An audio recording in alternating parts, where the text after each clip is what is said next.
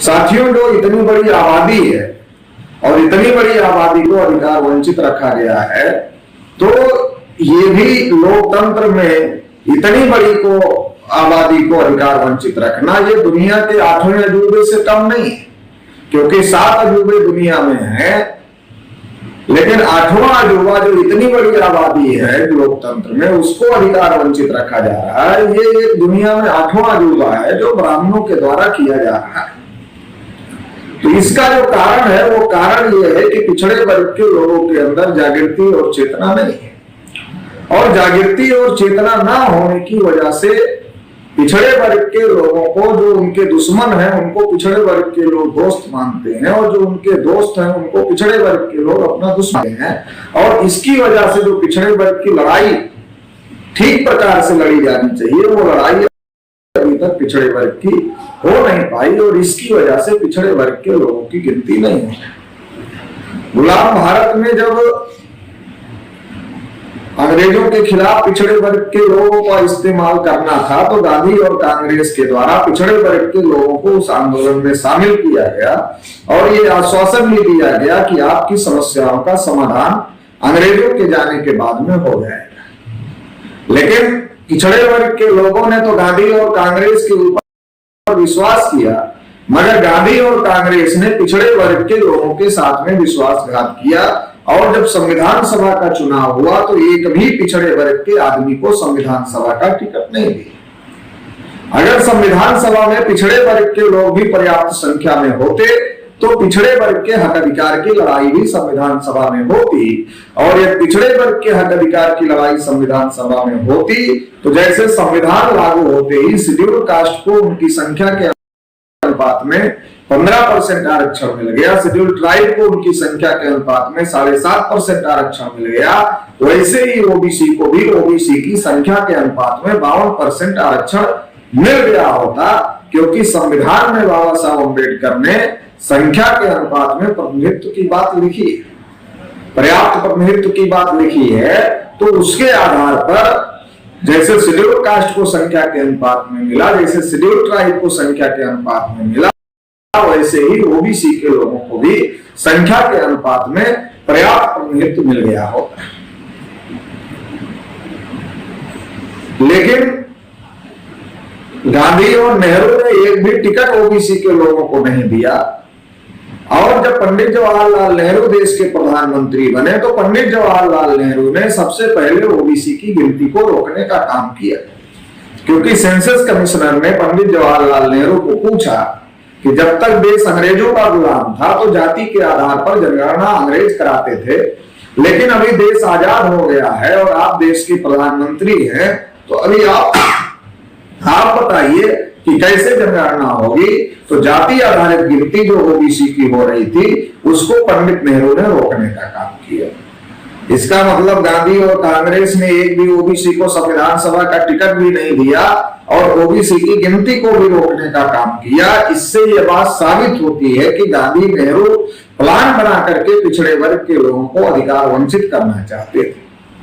संविधान सभा में जब बाबा साहब अम्बेडकर ने पिछड़े वर्गों के लिए आर्टिकल 340 लिखा, तो कांग्रेसियों द्वारा उसका बड़े पैमाने पर विरोध किया गया, और कांग्रेस के द्वारा बड़े पैमाने पर विरोध होने के बावजूद भी बाबा साहब अम्बेडकर आर्टिकल 340 भारतीय संविधान में लिखने के लिए कामयाब हुए, और आर्टिकल 340 के तहत जो पिछड़े वर्ग के लिए आयोग बनाने की पावर जो सरकार के पास में थी, तो नेहरू देश के पहले प्रधानमंत्री थे, और नेहरू को पिछड़े वर्ग के लिए आयोग बनाना चाहिए था, उनके हाथ में पावर थी। लेकिन बार बार बाबा साहब अम्बेडकर की कोशिशों के बावजूद भी जब नेहरू ने पिछड़े वर्ग के लिए आयोग नहीं बनाया, तो बाबा साहब डॉक्टर अम्बेडकर ने अपने कानून मंत्री पद से जब इस्तीफा दिया, तो उस इस्तीफा में एक बड़ा कारण नेहरू पिछड़े वर्ग के लिए आयोग नहीं बना रहे हैं, ये भी बाबा साहब अम्बेडकर ने लिखा। पिछड़े वर्ग के हक अधिकारों के लिए जिस नेहरू गांधी का साथ पिछड़े वर्ग के लोगों ने अंग्रेजों को भगाने के लिए दिया, वो गांधी नेहरू ने ना तो पिछड़े वर्ग को संविधान सभा में टिकट दिया, ना ही पिछड़े वर्ग के लिए वो आयोग बनाना चाह रहे थे। मगर जब बाबा साहब डॉक्टर अम्बेडकर ने इस्तीफा दिया, तो दबाव में आकर के काका कालेलकर नाम के ब्राह्मण की अध्यक्षता में पहला राष्ट्रीय पिछड़ा वर्ग आयोग काका कालेलकर आयोग बनाया गया। और काका कालेलकर आयोग ने जो अपनी रिपोर्ट दिया, तो रिपोर्ट से नेहरू इतना ज्यादा गुस्सा हो गए और उन्होंने कालेलकर को बहुत बुरा वाला कहा और कालेलकर से उनकी ही रिपोर्ट के विरोध में लेटर लिखवाया। और फिर जो कालेलकर कमीशन को लागू करना था, वो लागू करने के बजाय कालेलकर कमीशन को पंडित जवाहरलाल नेहरू ने रद्दी की टोकरी में डालने का काम किया। पिछड़े वर्ग के ज्यादातर लोगों को इस बात की जानकारी नहीं है, क्योंकि ब्राह्मण नेहरू के बारे में, गांधी के बारे में केवल यही बताते रहते हैं कि वो स्वतंत्रता संग्राम सेनानी थे, देशभक्त थे, लेकिन कभी ये नहीं बताते कि पिछड़े वर्गों के हक अधिकार के विरोधी थे। ये बात ब्राह्मण लोग कभी भी पिछड़े वर्ग के लोगों को नहीं बताते कि गांधी नेहरू पिछड़े वर्ग के हक अधिकार के विरोधी थे, बल्कि वो ये बात जरूर बताते हैं कि अम्बेडकर केवल शेड्यूल कास्ट के लोगों के नेता हैं, ये बात जरूर बताते। लेकिन जिन गांधी नेहरू को पिछड़े वर्ग के लोग अपना नेता मानते हैं, उन गांधी नेहरू ने पिछड़े वर्ग के लोगों को संविधान सभा में टिकट नहीं दिया। नेहरू ने पिछड़े वर्ग की गिनती को रोकने का काम किया। नेहरू ने कालेलकर कमीशन को पहले बना नहीं रहे थे और बाद में जब अम्बेडकर के दबाव में आकर नेहरू ने कालेलकर कमीशन बनाया भी, तो उसको लागू नहीं होने दिया और उसको रद्दी की टोकरी में डालने का काम किया। तो पिछड़े वर्ग के लोगों को ये इतिहास, इसकी जानकारी करना जरूरी है कि पिछड़े वर्ग के लोगों के साथ किन किन लोगों ने धोखा भी किया है, कौन कौन लोगों ने धोखाधड़ी किया है, ये बात जानने और समझने की जरूरत है। नेहरू ने जाति आधारित गिनती को रोका, तो नेहरू के रोकने के बाद लगातार कांग्रेस की सरकारें रही और जब जब भी गिनती हुई तो कांग्रेस की सरकारें रही और ब्राह्मण प्रधानमंत्री रहे। तो जब भी कांग्रेस की सरकारें रही या ब्राह्मण प्रधानमंत्री रहे, तो उन्होंने ओबीसी की गिनती को रोकने का काम किया, क्योंकि कांग्रेस भी ब्राह्मणों का पुराना संगठन है। चटर्जी, मुखर्जी, बनर्जी, गोखले, तिलक, आगरकर ने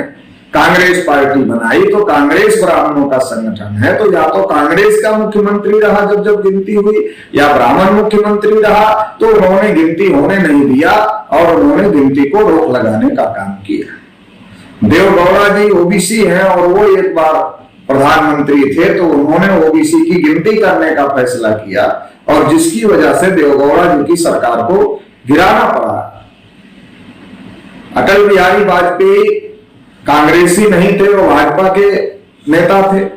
और जब अटल बिहारी वाजपेयी प्रधानमंत्री बने तो उन्होंने भी ओबीसी की गिनती नहीं किया। और अभी जो वर्तमान में नरेंद्र मोदी की सरकार है, जो पिछड़ों के नाम पर नरेंद्र मोदी ने वोट हासिल किया और 2019 इलेक्शन के पहले राजनाथ सिंह ने भी इस बात को कहा था कि जब 2021 में जनगणना होगी तो ओबीसी की भी जाति आधारित जनगणना होगी, ये आश्वासन दिया था। लेकिन नरेंद्र मोदी ने भी ओबीसी की गिनती को करने से मना कर दिया। इससे एक बात ये साबित होती है कि एक पार्टी ब्राह्मणों की कांग्रेस है तो दूसरी पार्टी ब्राह्मणों की बीजेपी है। तो ब्राह्मणों की कांग्रेस पार्टी भी ओबीसी की गिनती करने के लिए तैयार नहीं है और ब्राह्मणों की बीजेपी जो पार्टी है वो भी ओबीसी की गिनती करने के लिए नहीं तैयार है। और जो ब्राह्मण प्रधानमंत्री हुए वो भी ओबीसी की गिनती करने के लिए नहीं तैयार हैं। तो इससे यह बात साबित होती है कि देश में जो ओबीसी की गिनती रोकने का काम है, ओबीसी की गिनती नहीं होनी चाहिए, ये जो मानसिकता है, ये मानसिकता केवल ब्राह्मणों की मानसिकता है और ब्राह्मणों ने ओबीसी की गिनती को रोकने का काम किया है। इस बात से यह बात प्रमाणित होती है।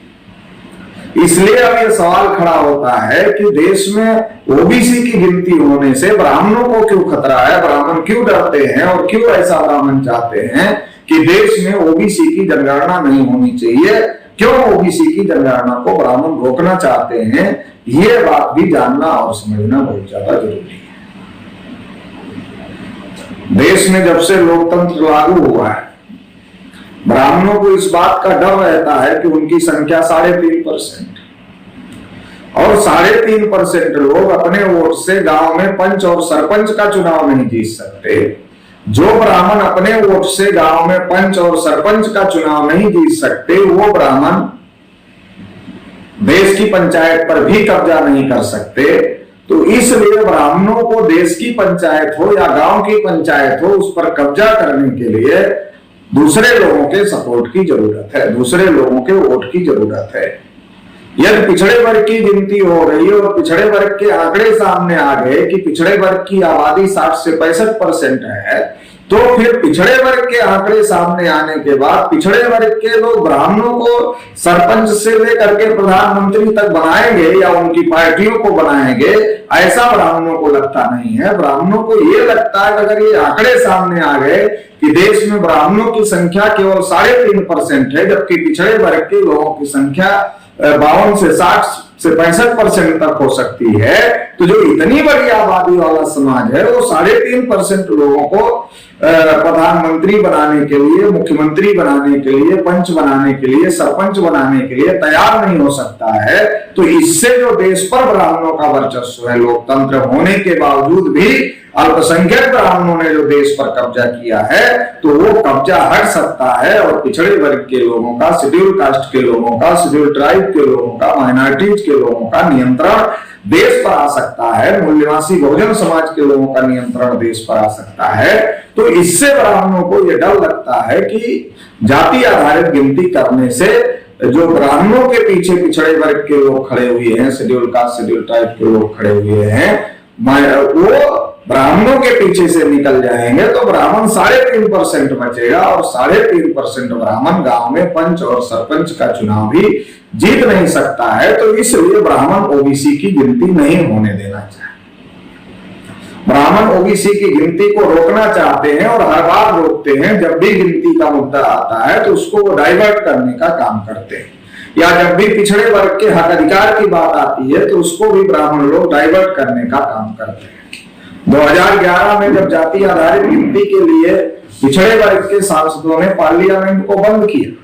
और भारत के इतिहास में पिछड़े वर्ग के मुद्दों पर पिछड़े वर्ग के सांसदों ने इतने बड़े पैमाने पर पहली बार 2011 में पार्लियामेंट को बंद करने का काम किया। और जब पार्लियामेंट बंद हुई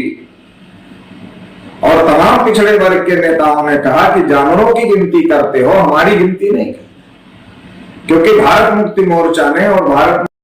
मुक्ति मोर्चा के राष्ट्रीय अध्यक्ष वामसेप के राष्ट्रीय अध्यक्ष आदरणीय वामन मेश्राम साहब लगातार जानवरों की गिनती होती है मगर ओबीसी की गिनती नहीं होती, एक लंबे समय से यह जागरण, यह जागृति पैदा कर रहे थे। तो उस जागृति का यह असर हुआ कि देश की पार्लियामेंट को पिछड़े वर्ग के लोगों ने बंद करने का काम किया।